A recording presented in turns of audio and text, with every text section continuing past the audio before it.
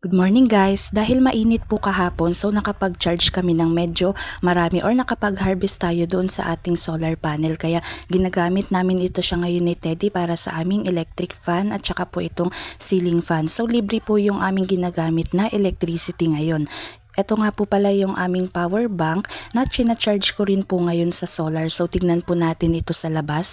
So nilagay ko lang siya dito guys sa harap dahil super init dito sa harap.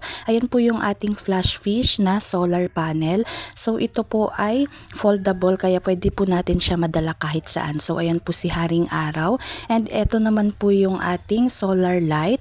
Ayan po dalawa sila. Buy one take one na yan siya guys. Yan po yung in-update ko sa inyo na 800 watts. At ayun nga po pala yung kanyang solar panel sa labas na nakabilad. Ayan po siya. Dalawa po yung solar panel dyan.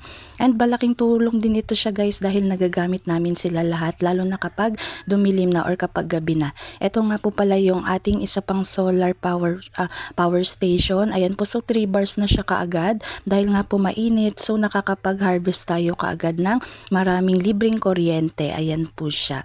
So i-off ko muna siya guys. Charging pa rin yan siya dyan.